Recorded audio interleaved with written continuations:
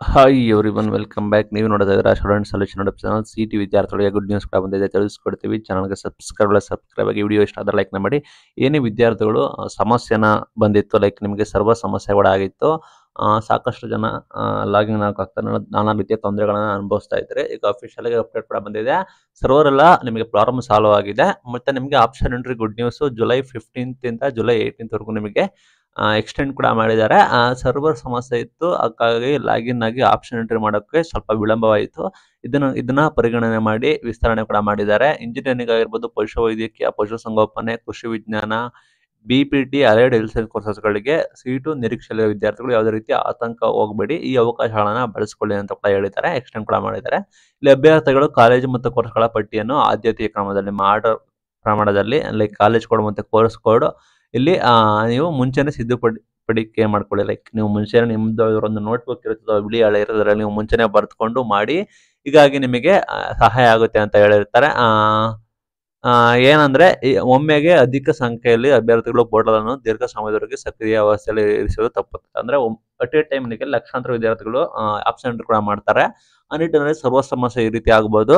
ನಿಮಗೆ ಪದೇ ಪದೇ ಈಗ ನಾನೇ ಅನ್ಕೊಳ್ಳಿ ಒಂದು ಎಂಟ್ರಿ ಮಾಡ್ತೀನಿ, ಸರ್ವರ್ ಸಮಸ್ಯೆ ಆಯ್ತು ಹೋಯ್ತು, ಮತ್ತೊಮ್ಮೆ ಎಂಟ್ರಿ ಮಾಡಬೇಕು. ಆ ನಿಟ್ಟಿನಲ್ಲಿ ಅವ್ರು ಏನ್ ಮಾಡಿದ್ದಾರೆ ಅಂದ್ರೆ, ಒಂದ್ಸಲ ನೋಡ್ಕೊಬಿಟ್ಟು ನೀವೇನ್ ಮಾಡಿ ಅಂದ್ರೆ, ಒಂದು ವೈಟ್ ಪೇಪರ್ ತೆಗೆದುಕೊಂಡು ಅಲ್ಲಿ ನೀವು ನೀಟಾಗಿ ನೋಟ್ ಡೌನ್ ಮಾಡ್ಕೊಳ್ಳಿ ನಿಮ್ಮ ಕಾಲೇಜು ಅಂಡ್ ನಿಮ್ದು ಕೋಡ್ಗಳನ್ನೆಲ್ಲಾನು. ನಂತರ ನೀವು ಆಪ್ಷನ್ ಎಂಟ್ರಿ ಮಾಡಿ. ಇದಕ್ಕೆ ನಿಮಗೆ ಸುಲಭ ಆಗುತ್ತೆ. ಯಾಕಂದ್ರೆ ನೆಕ್ಸ್ಟ್ ಟೈಮ್ ನೀವು ನೋಡಿದ್ರೆ ಜಸ್ಟ್ ನೀವು ಟೈಪ್ ಮಾಡಿ ಮಾಡ್ಕೋಬಹುದು. ಬಟ್ ನೀವು ಹೊಸದಾಗಿ ಮಾಡಿದ್ರೆ ಈ ರೀತಿ ಸರ್ವರ್ ಸಮಸ್ಯೆ ಆಗಿ ಸ್ಟಾರ್ಟಿಂಗ್ ಹೋಗ್ಬಿಟ್ರೆ ನಿಮಗೆ ಸಮಸ್ಯೆ ಆಗುತ್ತೆ ಅಂತ ಹೇಳಿದ್ದಾರೆ. ಅಂಡ್ ನಿಮ್ದು ಆಯ್ಕೆ ನಮ್ಮದು ಪೋರ್ಟಲ್ ಪುನರಾರಂಭದ ಬಗ್ಗೆ ಎಲ್ಲ ಅಭ್ಯರ್ಥಿಗಳು ಜ್ಞಾಪಕ ಸಂದೇಶ ಕಳಿಸಲಾಗಿದೆ. ಎಲ್ರಿಗೂ ಕೂಡ ಕಳಿಸಿದೀವಿ. ಮೊದಲ ಸುತ್ತಿನ ಸೀಟು ಹಂಚಿಕೆಯದು ಪರಿಷ್ಕೃತ ವೇಳಾಪಟ್ಟಿ ಕೂಡ ಅನೌನ್ಸ್ಮೆಂಟ್ ಕೂಡ ಮಾಡಿದ್ದಾರೆ. ಜುಲೈ 21ರಂದು ಮಾರ್ಕ್ ರೌಂಡ್ ರಿಸಲ್ಟ್ ಬರುತ್ತೆ. ಜುಲೈ 22 ನಿಮಗೆ ಅಂತಿಮ ರಿಸಲ್ಟ್ ಕೂಡ ಬರುತ್ತೆ ಅಂತ ಹೇಳಿದ್ದಾರೆ.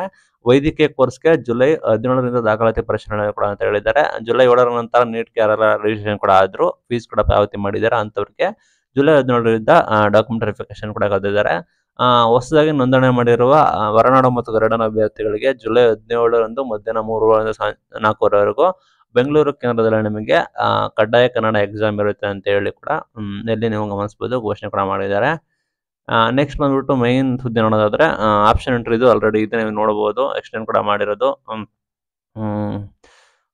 Option entry up to 18th ಕೂಡ ಕೊಟ್ಟಿದ್ದಾರೆ. ಮಾರ್ಕ್ ರಿಸಲ್ಟ್ ಬಂದ್ಬಿಟ್ಟು 21st ಬರುತ್ತೆ. ಮತ್ತೆ ನಿಮಗೆ ಮಾರ್ಕ್ ರಿಸಲ್ಟ್ ಆದ ನಂತರ ನೀವು ಮತ್ತೊಮ್ಮೆ ರೀಅರೇಂಜ್ ಎಲ್ಲ ಕೂಡ ಮಾಡಬಹುದು.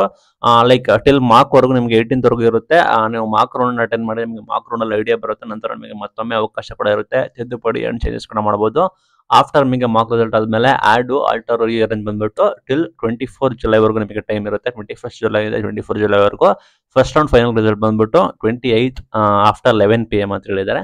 ಆಫ್ಟರ್ 11 PM ನಿಮಗೆ ರಿಸಲ್ಟ್ ಕೂಡ ಬರುತ್ತೆ. ಇವತ್ತಿನ ಮಾಹಿತಿಗಳು related to CET good news. ಇದು ಇವತ್ತಿನ video. Thank you for watching till end.